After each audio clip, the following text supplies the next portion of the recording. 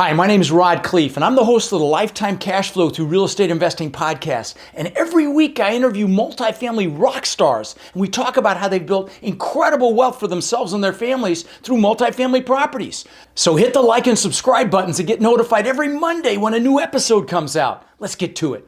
Guys, we have an incredible, okay, we're great, he said. All right, good.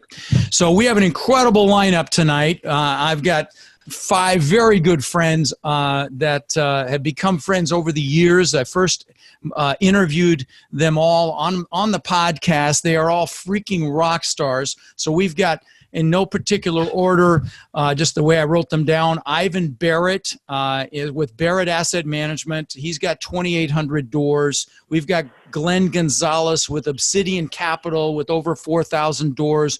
We've got Maureen Miles with 4M Capital with over 3,000 doors. We've got Feras Moussa with Disrupt Equity with over 1,700 doors. And we've got my partner Robert with REM Capital, who's done over $1 billion in commercial deals. So we've got an incredible rock star freaking lineup tonight, guys. We are going to have a lot of fun. And so what we're going to do is kind of have a free-for-all. These guys are all friends. They're all in my multifamily boardroom. And but before we get started, we're going to give each one of them just a few minutes to talk about how they got started so you guys can hear it. So, we started with some small duplexes and triplexes in Connecticut, started buying them, renovating on them ourselves, renting them out, built up that portfolio to about 30 units. I eventually left my job as a network engineer, started buying the 100 plus units via syndication. Didn't even realize that was possible when I started. So I think I started where a lot of you are now. Just love it. It's life-changing. So learned I was good at it. I enjoyed it and just kept rinsing and repeating and crushing it. So it's a great business to learn. I think there's no other place, nothing more valuable you could learn. No question. Awesome. Thank you. And and you kept it nice and brief. She could have done that in 30 minutes, by the way, guys. I got threatened before this, just so everybody knows. Did a 5-minute intro in 45 minutes. So let's, and again, in no particular order, Ivan, why don't you go next, my friend? Sure. Hey, Rod. Thanks for having me. It's great to be here, man. Yeah. Ivan Barratt, Barratt Asset Management. My dad is an attorney, and he had rental properties growing up. So at a very young age, I thought, why would you want a real job? Why would you not just own a lot of real estate and watch the rent checks come in? Of course, it turns out it is a real job.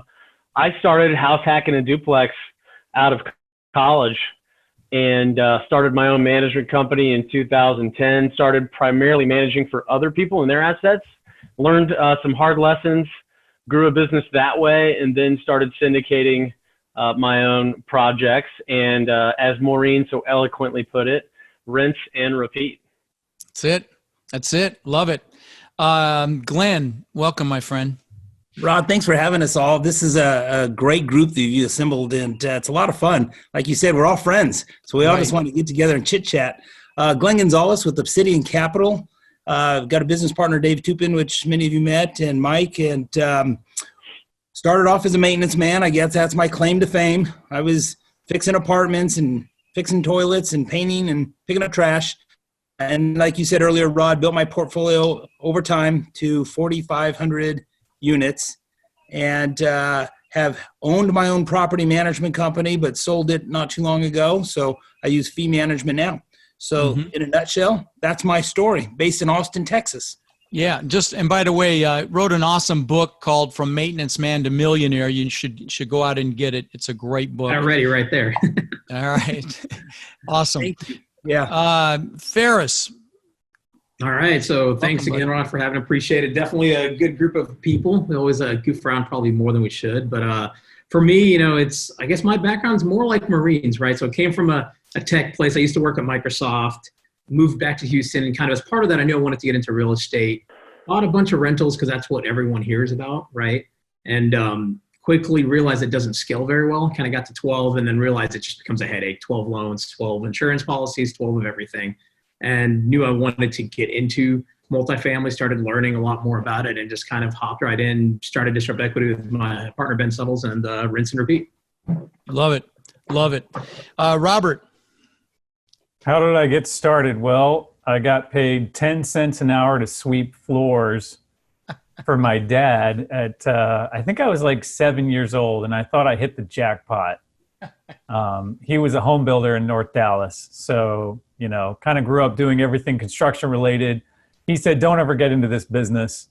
And so I went off to engineering school and realized that I wasn't very good at it, and then went to Wall Street and finally saw the light and worked for a couple of really cool guys in New York City doing office space and multifamily. And the rest is kind of history. We've done, $1 billion in deals all over the eastern half of the U.S. And it's a great industry to be in, as everybody knows. So. Yep.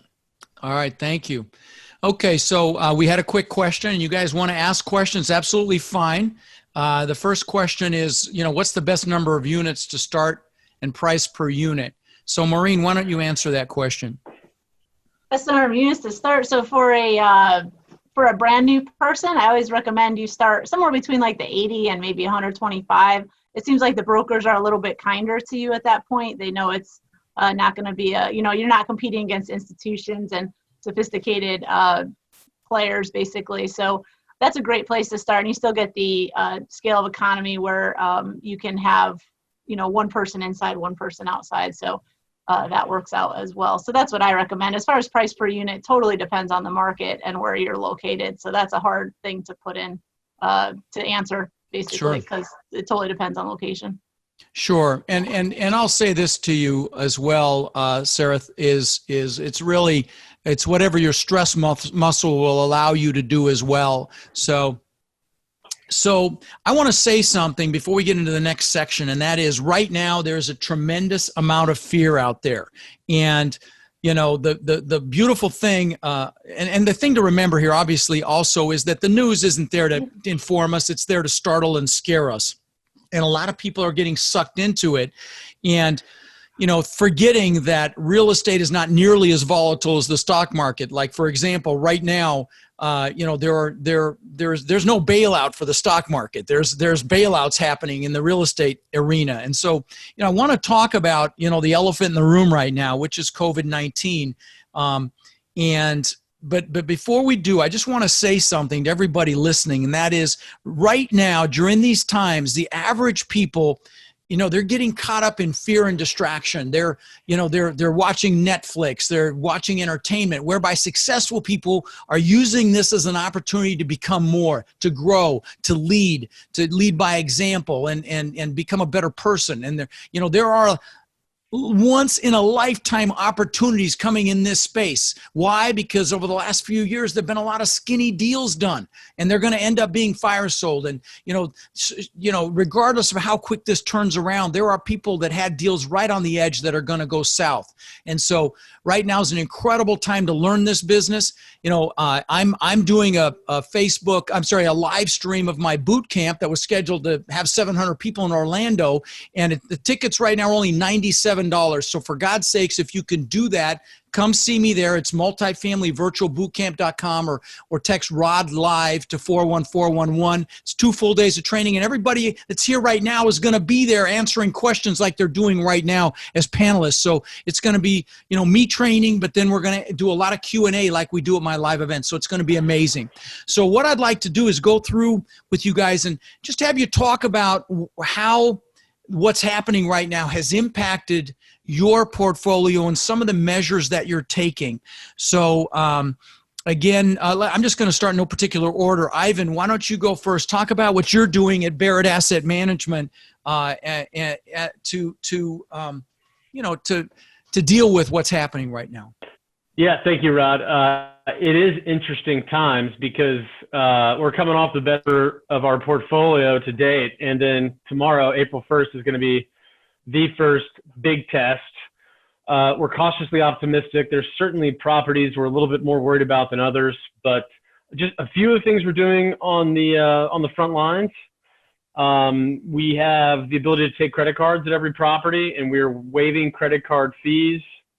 We're beefing up our resident resources information so that they've got links to file for unemployment and to go after unprecedented government stimulus, to name a couple things. And we're really just taking it day by day. And we've got our models or our financials set up to where we can track collections on a daily basis versus and benchmarked against what we've done the last 24 months in collections. And in our world, I'm sure, and most of the others on the call tonight, collections occur throughout the entire month.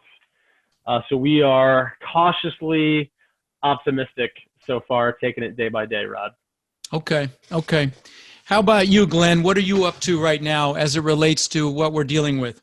It's very interesting time. I've got two opinions because two things are happening right now. One, on the resident side, them paying in rent, we're getting weekly reports, and we get on the phone call with the actual property manager and the regional manager just to test what's going on. Just like Ivan did, the management's been very proactive, inviting people to come and pay their rent. And they've even said, come in and pay, and we'll if you pay in advance, we'll give you some discounts, and we're gonna waive late fees and all those little just common sense things. It gives the tenants an incentive to come in and pay.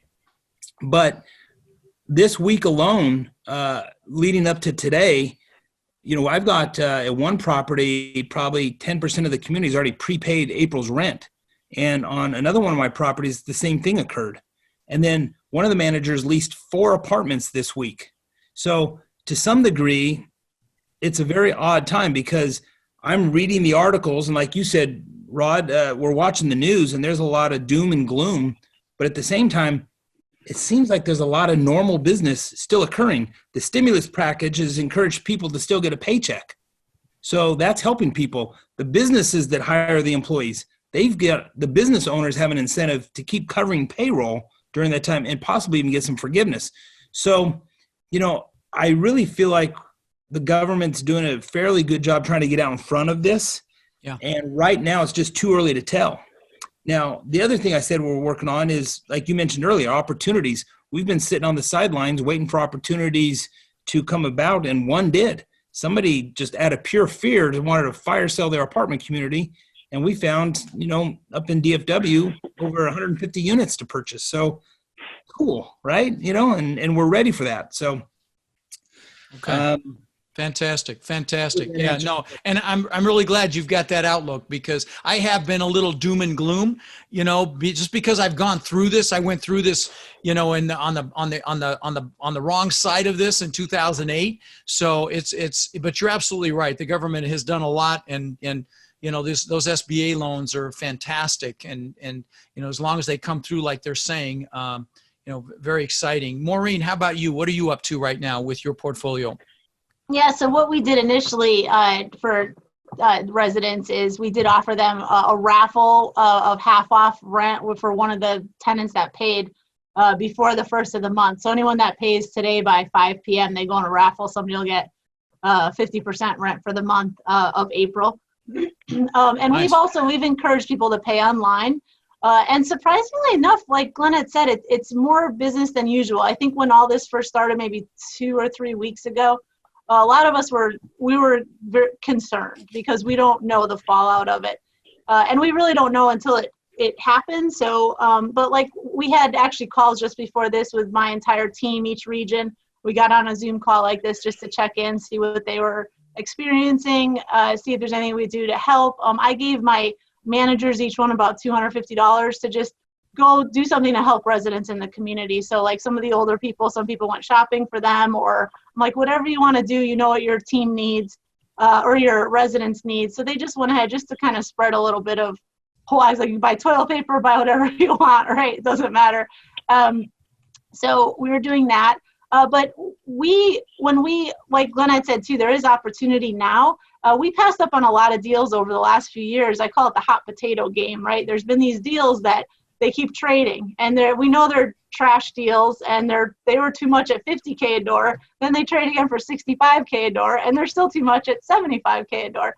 And nobody ever put money in these deals. So we've been watching this happen, but I think, I know the other people on this team too, on this call we take the conservative approach. So that's why I think we're in a good spot. We buy good deals. We make sure our reserves are there. That's what they're there for, is a rainy day like this. So our properties have the reserves in place, so we're not too concerned. If this went on beyond the end of the year or something, we would have issues, but we're okay. We're doing okay. Spirits are high. We do have certain things in place. We've also been leasing units like crazy, Glenn, so you're right. Yeah, that doesn't make sense, right? Because it just is so opposite of what the news is saying. So I'm optimistically, what's the word? Cautious. You're optimistic. Yeah. Yes. Yeah. Cautiously. I am Managers too. made Yeah, a comment though that I think that we are able to lease more easily because a lot of apartments aren't open. So the ones that are open, that is your competitive advantage, right? People need a lease for whatever reasons going on in their life. Yeah. You're an option. We've seen a lot of activity actually on the leasing side too, surprisingly. Yeah. And we've seen people stay that were supposed to move. They had a notice to vacate and they're staying longer. So we're extending those. So it's making up for it a little bit. I think that when all this is over, we had to talk to get all the apartments ready no matter what, because the maintenance guys could be in there working. We could turn them. Vendors are still showing up. And then when this kind of blows over, I think there will be a rush of activity. Yeah. Agreed. So, Hey, Rod, I want to commend you because I've never heard you allow any of us to go on so long with an answer. And it just shows your growth. And I'm so happy to. Are you talking about my answer? Yeah. I have no idea what you're talking about, but okay. Thank you. So let's talk about, there was a question, and when you guys first got started, was there a particular skill set that you reached out to, that you embodied, that you think what skill set do you think is important for people to learn in this business is kind of the question. I mean, if we could just jump in, I'd say networking, because you're either meeting investors, you have to get along with brokers to have them, give you deals. You have to have good people to, especially in the beginning, you have to be able to ask questions to fellow peers and colleagues that are doing this. So I think networking and being able to, connect with people that was a huge thing for me. Yeah, that is huge. Anybody have a different answer? Feras. I love real estate. I tell this all the time. I love real estate because it's a people's game and it's a numbers game. And so if you can, the people and just, whether it's tenants, whether it's employees and staff, brokers, whether it's investors, right? There's a big people aspect to it. Knowing how to talk, relate and build those relationships. And then it's a numbers and systems game as well, right? Do you know how to be methodical with really the people aspect? Do you know how to be methodical with your operations? And how do you continue to innovate and really kind of push the limit? So that's why I love this game. So, Glenn or Ivan, do you have a different answer? Well, Rod, much like you, I went through this in 2008 and 2009 where it all kind of hit the fan, and it was very scary back then. So I think the two attributes I would recommend people really hone in on is to be very patient right now and self-discipline, right? Be patient enough to not jump into deals too soon. And the self-discipline comes in where you've really got to pay attention to what the market's doing, but also going back to that patient. If you're really self-disciplined in that practice, pausing for a moment will enlighten you and you won't make a mistake. But a lot of people are just, pedal to the metal, like full on, and you got to just pause. So yeah, now is definitely the time for a pause. Ivan? Yeah, I agree a lot of what's already been said. Maureen, Feras, Glenn, you guys always have great answers. What I had to do in the beginning was I had to learn to do what I hated first in order to get to do what I loved later. I had to make some sacrifices. I didn't get into property management because I like property management. I got into dealing with tenants and toilets because I knew if I could figure out how to get through that, I could use that to scale a larger business down the road and have more time to do what I love. Love it. So I'm trying to get to these comments, guys, and they're blowing through pretty fast. So bear with me. For some reason, again, I haven't totally figured this out. But so the next question I want to ask everybody is, I asked you how you got started. are you working with lenders differently right now? Has that come up? Do you know, I don't know which of you have deals under contract right now and what you're hearing from lenders in this environment. So I'll start with you, Ivan. What are you hearing? Yeah, so on the agency side, it's going to get a lot more conservative. We anticipate for at least a year, perhaps less though. But we're hearing higher rate spreads, meaning higher interest rates on the debt. In some cases, 12 to 18 months of mortgage payment escrowed. And this is an invitation for only the people on this phone because I can't give out this guy to anybody. So I apologize to the audience for doing this now. But if you're a best-in-class operator, our group here in Indiana, they own a publicly traded bank. They have the best bridge financing I've ever seen. You can lock in rates. All kinds of terms for operators with integrated management teams like everybody on this phone. And they do have a bridge to agency program, but we'll be using that heavily over the next 12 to 18 months so that we can acquire assets, put proper leverage on them, and then wait for the agencies to get back to being competitive before we go to permanent debt. Okay. Hey, Robert, I forgot. I passed over you on that last question. Which was, you know, how we're managing through this crisis. And can you speak to that for just a moment? Sorry. Yeah, no worries. Well, and I was going to respond to what Ivan said too, because I think that's exactly the strategy.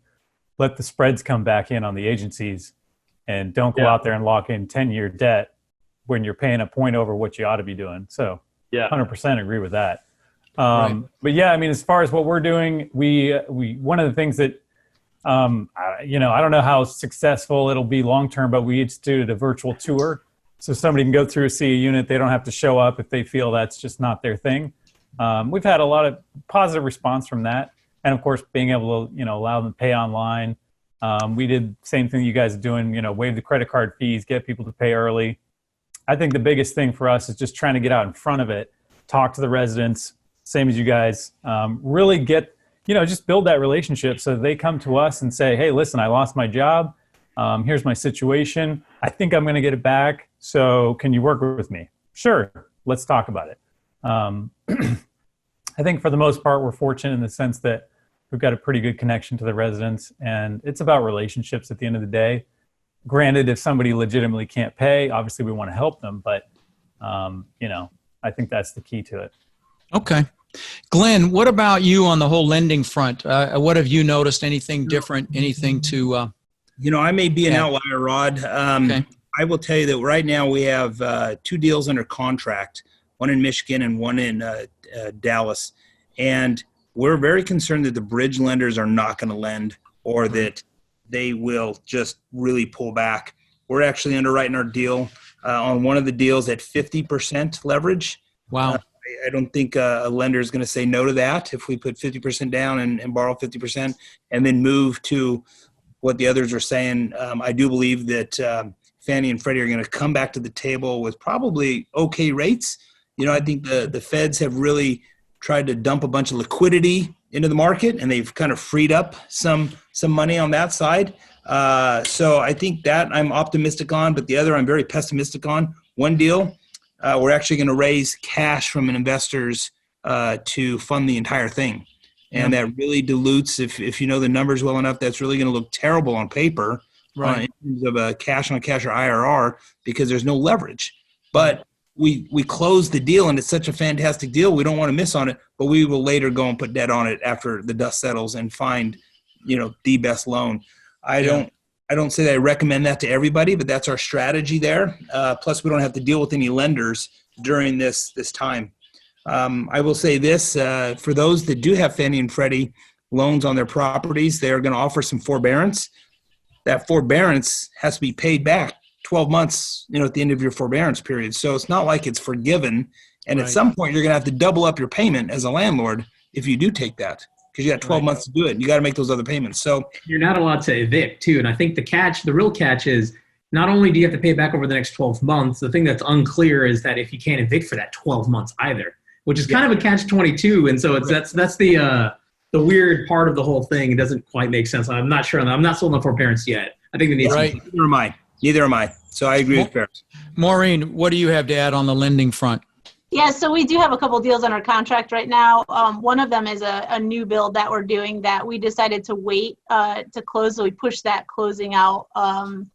We did it initially 60 days, but we'll see from there because I don't want to get started on a deal, and it's a awesome.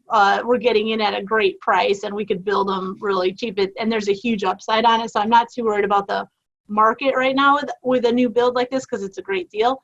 But as far as closing on the loan, I'm afraid that the governments are kind of shut down. So I don't want to get started on a project like that and not have the inspectors able to come through. We do have a construction loan or a bridge loan right now. We're doing a pretty big renovation project that's really halted because we're waiting for some inspections and everything shut down. So I'm not worried about that. We're in a good spot, but that is something that's come up during this. Another one of our other deals, we're supposed to be doing a physical due diligence about 2 weeks ago. And, we spoke with the seller and he's like, yeah, I don't know. And I didn't really want to send my people through all his units either. So we agreed to push that out 30 days we'll probably do it another 30 days until everything's safe again. So it's just like the going live, if something like that messes up, Rod, all we can do is like duck and weave, right? Duck and weave, man. We came back 3 times. We're back. Yeah, so we've got some questions in, and one of them is, did you guys pencil in this kind of a pullback? And I'll speak for Robert and I. Like right now, we've got an asset under contract in Cincinnati, super deal, and that asset will actually break even at 32% economically vacant. Robert, is that right, or 33, something like that? 33, yeah. 33% vacant. And we're raising $1 million in operating reserve, or we've raised it. And so, that's our mortgage payment that's less than our mortgage payment is not even that much over the year. So, super stress test and super conservative on our, on a deal like that. But I'd like to hear what you guys are doing or have done or plan to do as we get into this thing. So, I guess, Ivan, why don't you talk about what you're doing stress test related on deals? Sure. We, like you, look to be debt cover typically north of 150, in some cases maybe 140. And then we want to see that minimum break-even occupancy somewhere in the low 30% range. We've got a few deals that are in the 60s that we've had for a while, so they've already got some built-up reserves. One of the things we like about having some HUD deals in the mix, you've got really, really large reserves on hand. So, yeah, I think the answer that I would give to your audience, Rod, is that did we pencil in a pandemic? No, but good operators pencil in a storm, right? Some sort of economic consequences that are unforeseen, but we all know winter is always coming at some point. It's not just a Game of Thrones saying. Good. Nice. That's exactly right. Yeah. What kind of rates would you consider during these times to be good? And I don't know if it's interest rates or cap rates. Now, certainly we're going to see the cap rates expand here, at least in the short term. But Glenn, what are your thoughts on the interest rates? If you can lock up something in the low fours, you're doing okay. It's tough to say because you're going to compare apples and oranges, right? Your Fannie and Freddie product is going to be at a much different rate than your bridge loans. So it all depends on your underwriting. But, short answer is somewhere in the low fours right now. Right. Okay. Fantastic. Yeah, we were just getting quotes in the high threes too for deals. And I just want to let people know too, just like Ivan had said, you might not want to be too froggy to lock anything in right now. If you could wait a little bit, they always look for any reason to increase their spread, right? I saw it sneezed and it's Friday, so we're increasing our spread. It irritates the crap out of me. Increase them on Fridays. Yeah, exactly. So I would say just wait. At any reason, they're like, yay, we can increase our spread. So just I would say hold off a little bit if you can. Yeah. That's good. And by the way, guys, if you didn't hear me say this, we were on track to have a sold out live event in Orlando. It was 700 people, and of course we all know what happened to that. So we're doing a live stream of that event May 2nd and 3rd, and everybody that's here right now will be on a panel. Panels at that event, and I'll be teaching for 2 full days straight. They'll be answering questions, and the ticket's $97 freaking dollars. So for God's sakes, if you're interested in this business, come to that live event, live stream, and it's Rod Live. Text Rod Live to 41411 or go to multifamilyvirtualbootcamp.com and sign up. We can only take, I believe, 500 people, so we're going to sell out. So make sure you do that. Okay, so we talked about lenders. We had a question. What's a forbearance? Feras, I'll let you answer it. Forbearance is basically you agreeing with your lender to, where the lender is going to give you some leeway, right? And usually it means that they're going to let you go. Right now with all the COVID stuff, the talk is basically about letting you go 3 months without paying your note, right? You still have to pay your escrow, your taxes, but essentially not paying the note portion and then paying it on the back end, right? And to kind of the same point Glenn made earlier, right? Most, and again, I say most because agency is different between them, and then you have kind of the bridge that are doing their own thing. But in general, it's you're paying it back over the next 12 months, right? And so it's a way where with all of our properties, we expect delinquency to go up, right? We've been doing a lot. I think some of us talked about them, whether it's raffles and other things to try to get ahead of that. But, in a property, if delinquency is going up, that means your income is going down and your expenses are probably staying where they are. And so to help properties kind of get past the next 3 months and not go to default. Yeah. Good. Can I add a little bit to that? The lenders that will give you forbearance, that doesn't mean you have to take a full month of the mortgage payment and not pay it. If you've collected 70% of the rent, maybe you make 70% of your mortgage. You don't have to really take all that. You'll need to talk to your DUS lender or your servicer and get their permission and work something out. But trust me, if you don't have to take 100% of what's being offered, I wouldn't recommend. To add to that too, actually, Glenn, you're right. It's also, you have to, it's not just anybody gets it, right? They want you to show a documented hardship, which is kind of weird because like to what Ivan said, we had our best month in March and probably on every property. March was really good. We collected a ton of money in March, right? April's whenever we expect it to hit. And so how can you show today is, March 31st, there's not really a way to document a hardship yet. Yes, we've had some tenants come in and say, okay, I don't have a job. What can I do? And trying to figure out an arrangement. But, it's been kind of weird because all of the hype in the news makes it sound like forbearance is available today to go get approved for today and I can start tomorrow. But it's really not that trivial. It's not that simple. No, I agree. So I had a question. 1 second here. When should someone self-manage or hire third-party property management? Maureen? Well, I decided to self-manage after firing 4 property management companies. Probably just a control thing for us. I just had it. And rather than being in constant conflict with somebody butting heads, trying to get them to give me the right reports and do things the way I wanted, I just decided to, we create the rules with my operations manager. We push down what we need. We get the people that we like. So I did it. I think we were at about, I want to say it was probably about 1,500 units, which might be a little early, but I really I needed to. I needed to just take control over it and not kind of go through the different property managers. But there are some great management companies out there. I always had an issue with like the regional level. It seemed to be where I had conflict. And I like to keep my own people. I hated when they used to send them off and I had no control over that. So I like to invest in my people and really have a great team. And so that's why I did it. And I'd say like mid-1,000, you can do it. So can I add something to that? Yeah, please. Because I love the question because I think it's an important one. I used to think Maureen was crazy all the times on the stage where she was just super micromanaging, would never find a company that she liked. And I used to believe I could build a system on top of third-party property management where management was just a cog beneath it. And we have our layer of knowing what's going on and having that visibility and tracking all of that. I've since realized that, yes, I could build a system, but the problem was that I could not force the management company to act as quickly as I wanted or instill the things that I wanted as quickly as I wanted it. And so I do agree, bringing management in-house is a breath of fresh air. I mean, we're each month after month, things are, we're getting so many different tools and systems in place and like, it's awesome, right? Even the simplest thing like getting a BI dashboard with one side, it's amazing what the data that's there. And so I think it is important if you can get to it. We just took the bullet and did it at 1,300 units, right? And, you don't really break even, right? It's not really meant to be a profit center.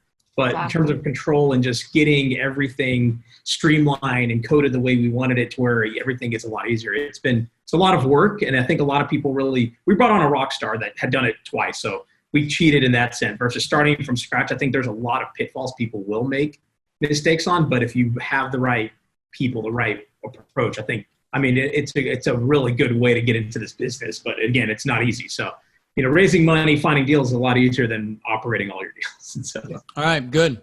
Yeah, Maureen, you're not crazy. I just also got a question, which is, with the current environment, are your investors becoming more worried? So I want to talk a little bit about investor management right now because, I'm telling my students to pre-frame their investors to, again, not get caught up in the fear right now, because if this does go further south, I believe there are going to be opportunities anyway. I know there are going to be opportunities anyway. Glenn already took one down, he said, and there's going to be more and more of that.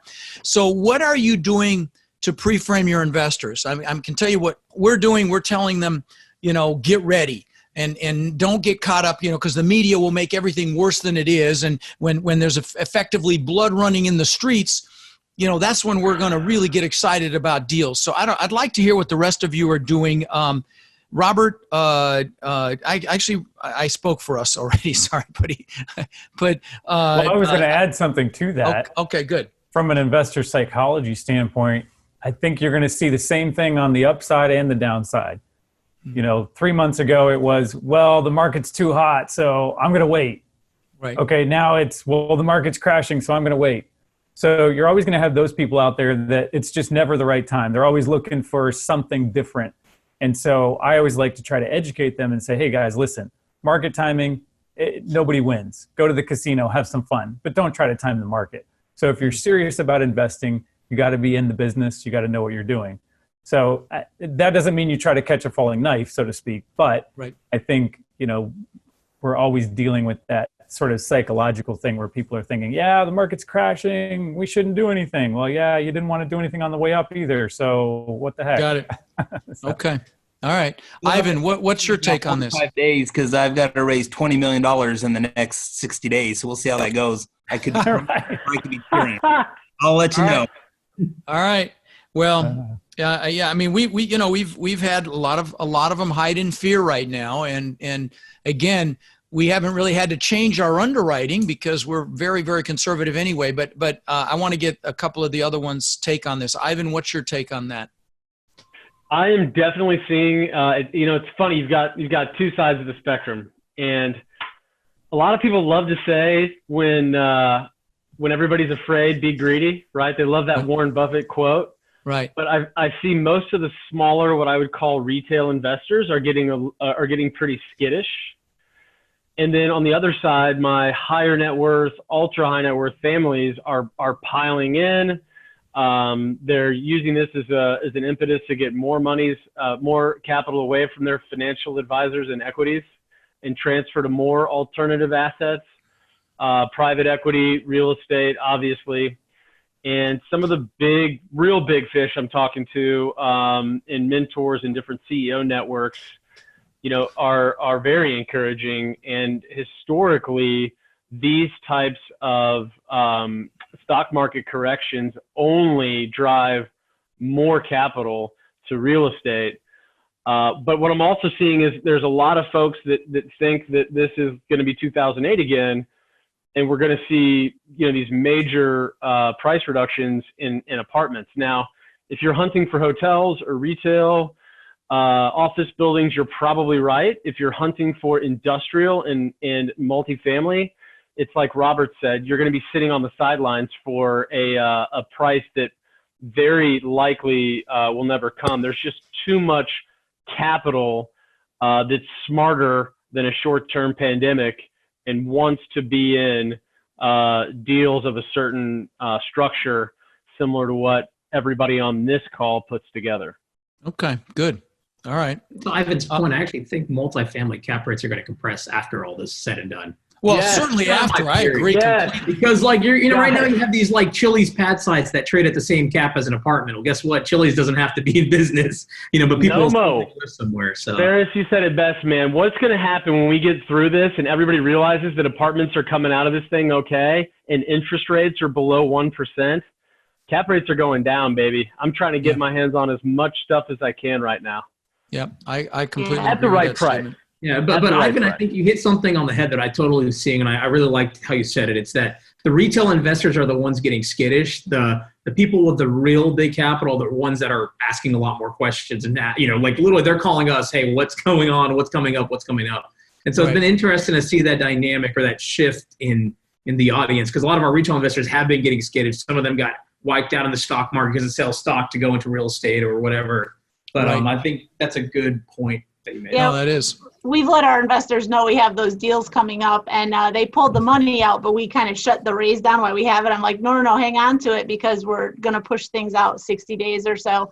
And so I actually got several calls, not only for the deals we did last year, because they took their they took their money out of the market towards the end of last year, those investors that invested.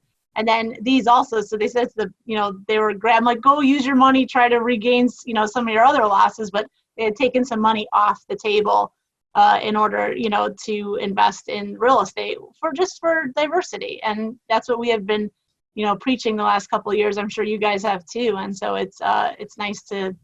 that, we're right. So.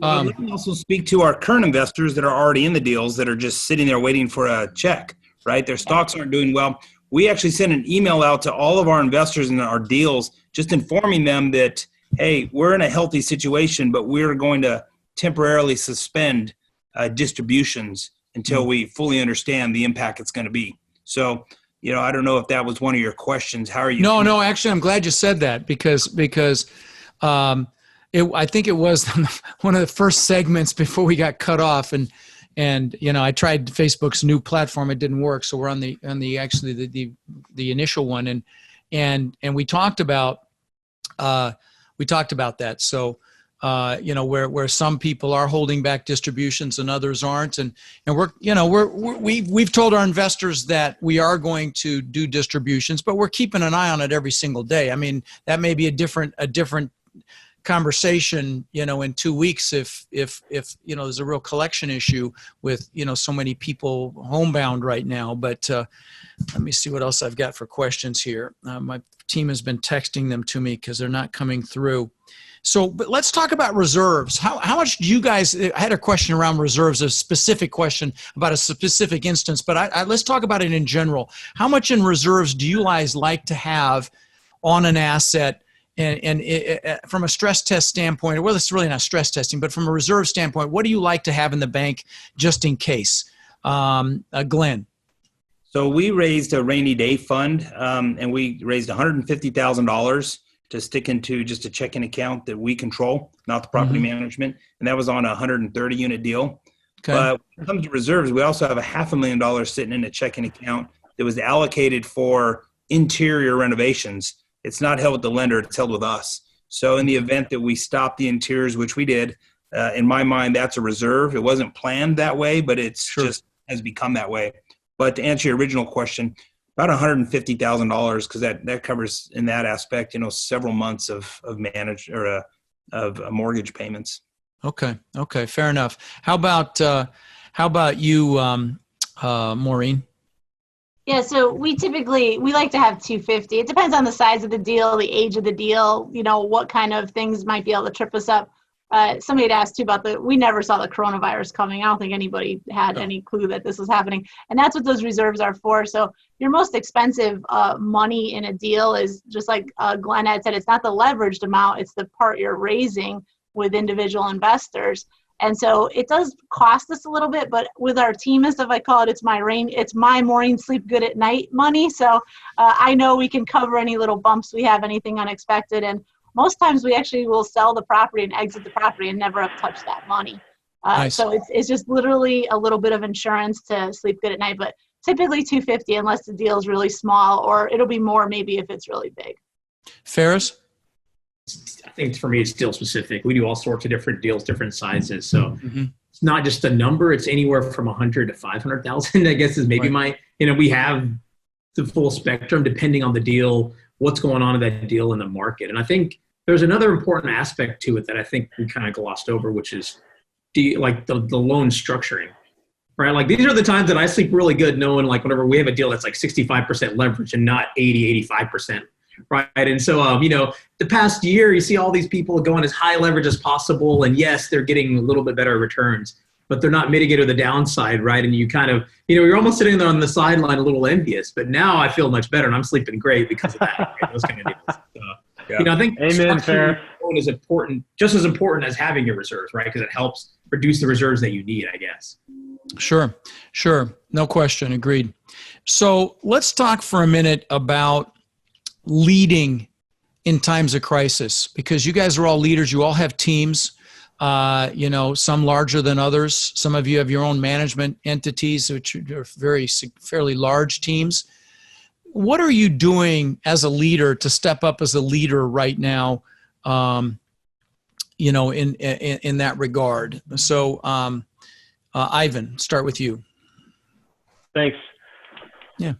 These days, we're all social distancing, corporate, we're running a skeleton crew, right? Sites are the management teams inside the clubhouse with the door says, call us on our mobile.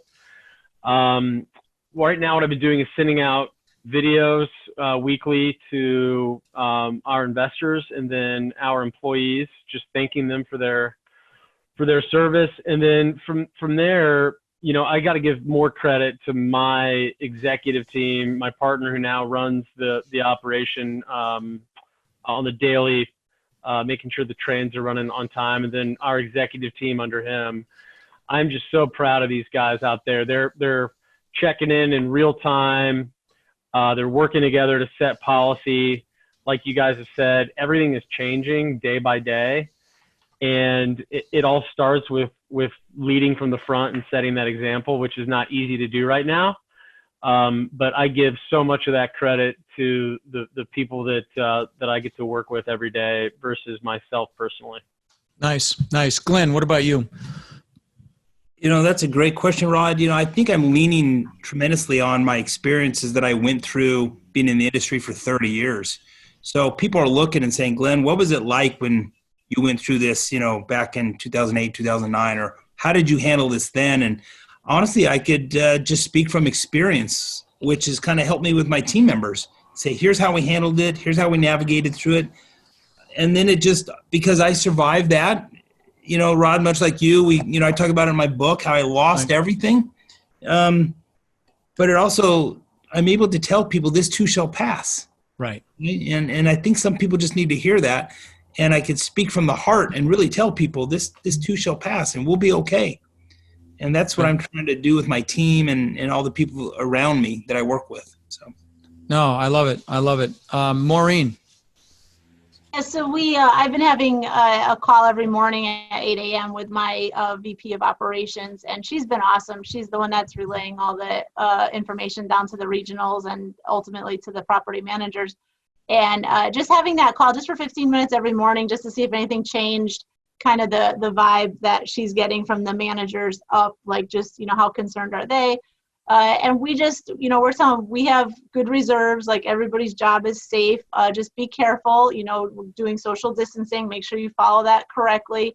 And then just like I said, just before this call, we had a team call and we'll do that weekly with the team.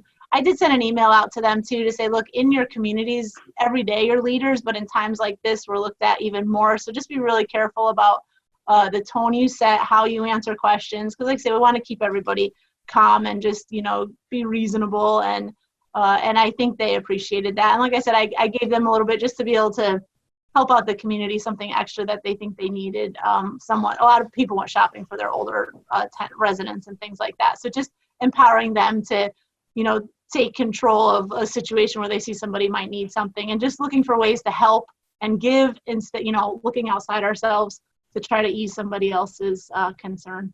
Love it. Yeah, that's actually one of my next questions. Feras, what about you?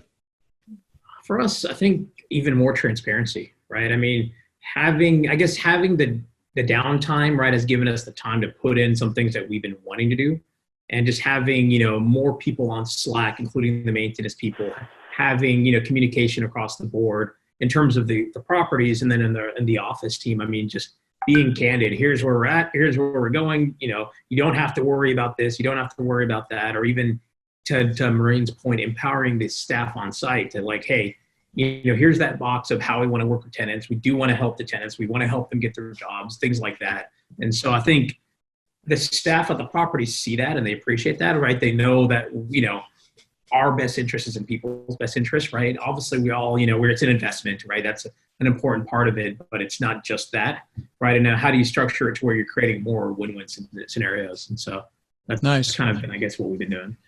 So we've had a little back and forth on the opportunity conversation. Some of you think there's not going to be much of an opportunity, and we'll have to debate that one, because I actually think there's going to be quite a bit of opportunity. But I've been getting questions. How do you find those opportunities? So, I'll answer for me, and that is, it's the same way you'd find them now. It's through broker relationships. It's through seller relationships. It's through building your team, and having people out there pounding the pavement and looking for deals. And I mentioned that the podcast episode that went live this week, it was kind of interesting. In fact, I want to talk about team. Let's talk about team next.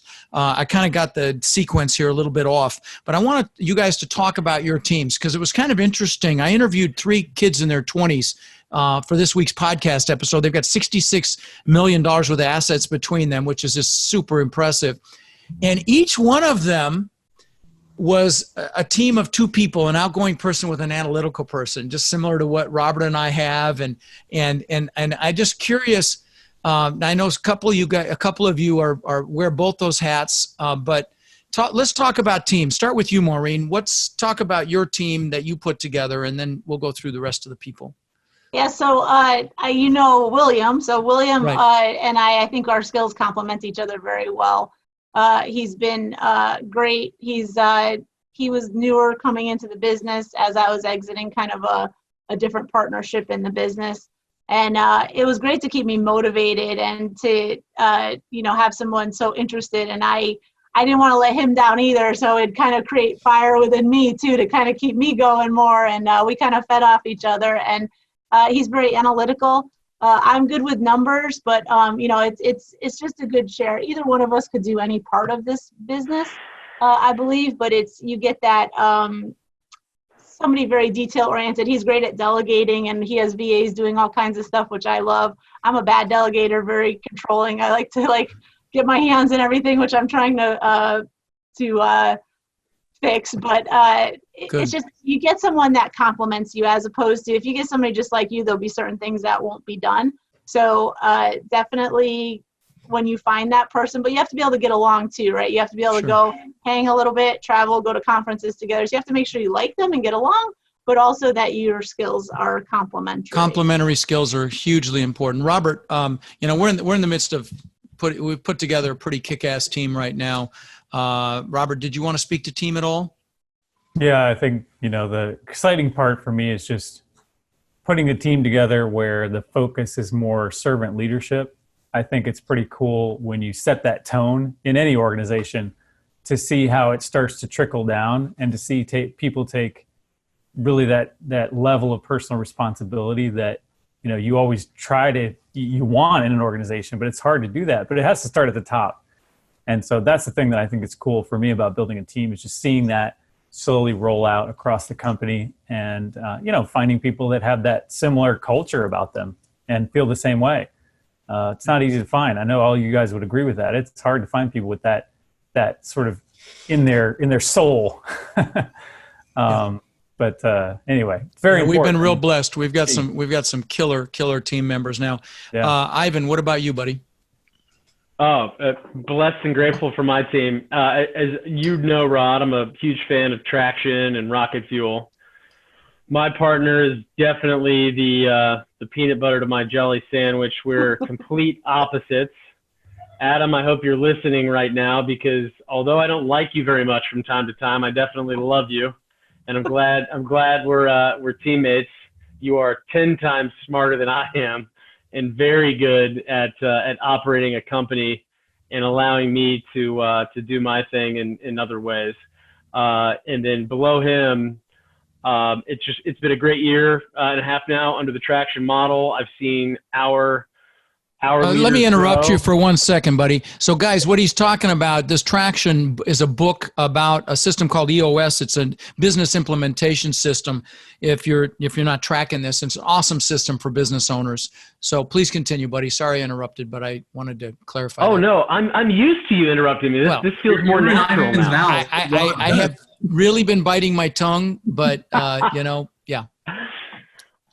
It's been great. It's been a wonderful system for growing that next leg of leadership down and having and seeing them grow and growing leaders underneath them, because without that, there's no way to scale from where we're at now.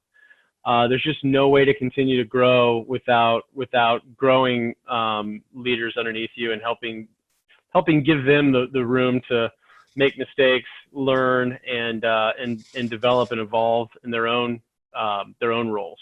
Nice. I think, Feras, I don't think we asked you this question, but then I've got some other great questions that we're going to talk about, how underwriting has changed, a couple other things. Can you guys hang for a little longer?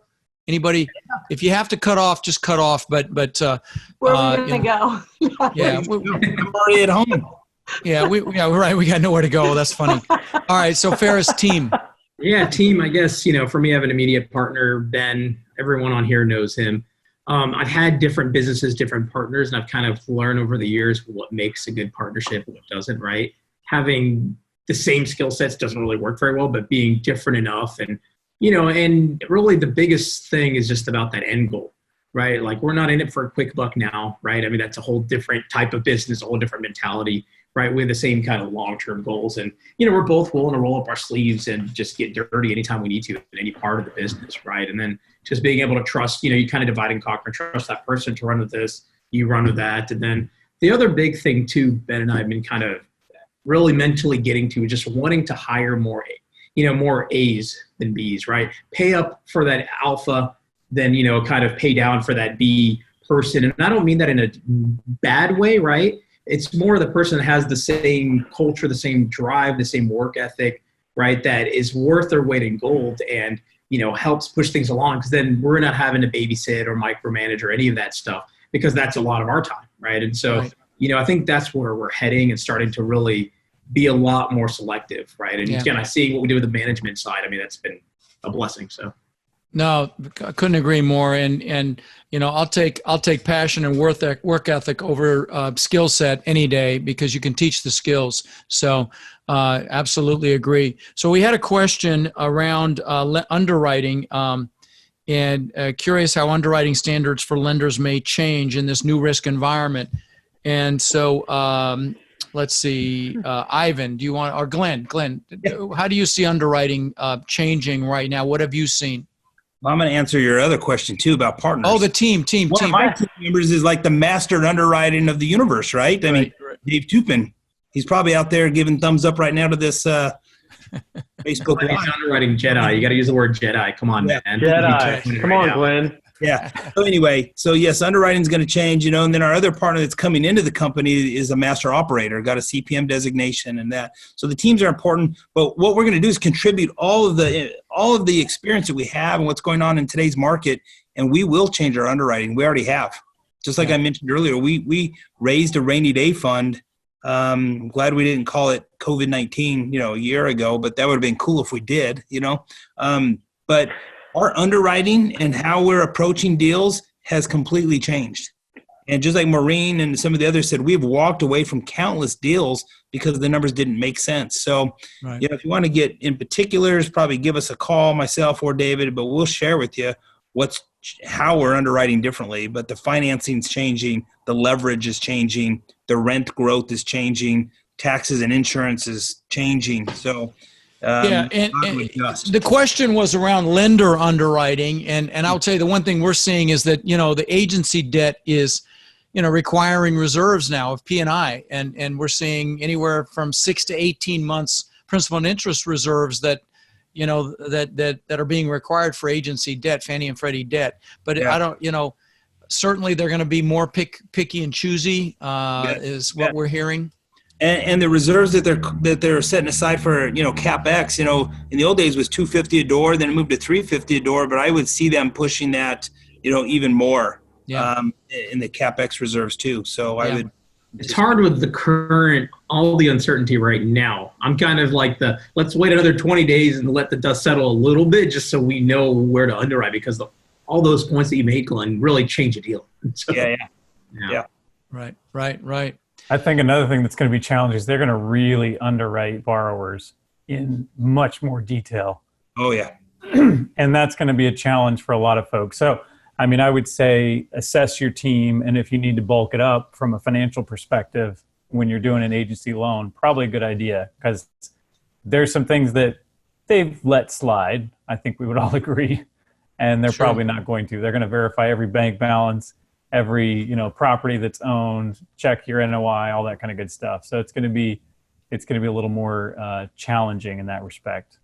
And I think the stories will change too, as far as the deals being sold, that you're not going to be able to bank on rent growth. That was always the broker story, right? Oh, it's $100 below rent. It's $200, like whatever it is below the market.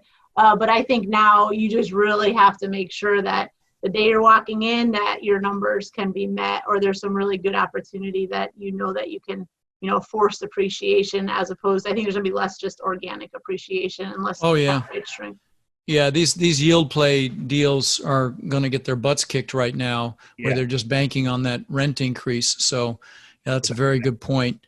I am out of questions. Let me see if I've got any here that I think will serve the group. Can I ask one, Ron? Yeah, please. So for everyone else on here, what are the unique things you all have done in the past 30 days that you would not have done prior? Maybe I'll answer that one.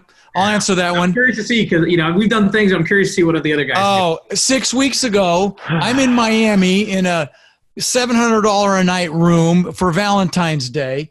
I went and bought a boat, bought jet skis, bought this freaking $50,000 watch like a knucklehead, and I would love to have that $200,000 back right now to invest in deals as they come through. So there's my humiliation. So Rod, next time you load up, let me know like a couple of weeks prior, just so I can kind of downsize and prep. All right. Right. Oh, I'm just kicking myself right now. It's like a different world between then and now. House out there for the kids, the grandkids. So built a tree house. Nice. Love it. How about you, Maureen? Anything? Well, actually, it's funny. I signed up with a group of Tony Robbins stuff, right? You did the Platinum Partnership. I did that because I've been wanting to travel and just take a little bit more time off. And I was actually supposed to go to Africa, a little Mauritius. I forget the name of the island there, how you pronounce it. Amsterdam, I was scheduled for in June. There was another event out in the UK, something in Australia, and I had everything all booked up. Oh, Fiji too. I'm more upset about the Fiji trip. And I'm like, I'm just not meant to travel. I just got to keep working. So I'm here, just going to keep doing deals. Yeah, it's funny. I was in that Platinum Partnership in 2008 when it all crashed and burned. I just got interviewed on one of his top people's podcasts right before this one, and we were reminiscing about meeting in Fiji. I met her in Fiji, a lady named Lauren, which is just hilarious. But how about you, Ivan?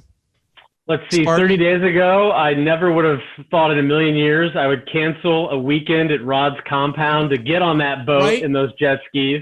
Right. And I've spent 5 or 7 of the last 10 weekdays in PJs. Yeah, nice. Right. Yeah, you go from day pajamas to night pajamas, and I want to thank you for having this call. And I've been doing a few other podcasts because it forces me to get up, get dressed, like make sure you're showering. You look great. You look great, Maureen. You don't look like you're housebound. I'm like the newscaster. I got the shorts underneath the frame here. That's okay, Rod. Feras isn't wearing pants at all. Yeah, no shame. Well, listen. I want to thank you guys for taking your extremely valuable time to be on this show, and we had a lot of fun even with the technical difficulties, and I miss each one of you, and super excited to have you at this live stream we're going to be doing here in a few weeks. And anyway, it's been a lot of fun, And I will try to go through the questions, guys, and answer as many as I can. But absolutely a pleasure to have each of you. And I'm sure we'll have to do this again soon. Anytime, Rod, you did a fantastic job. I have to say thank you very much. Thank you. It was a lot of fun. Great. No, Yeah. definitely. It's a good time. Yeah, Thank you. thanks All for right. having us, Rod. And it's Oh, nice yeah. to see all you guys again, too. Miss you. Look forward to likewise. one. Yeah. Maureen doesn't text me anymore. I'll text you. I'll text you tonight. All right, guys. Well, you take care. Love you guys, and we'll see you soon. See All you. right. Take care, guys. Bye-bye. Take Be care, safe. guys. See you. Bye-bye.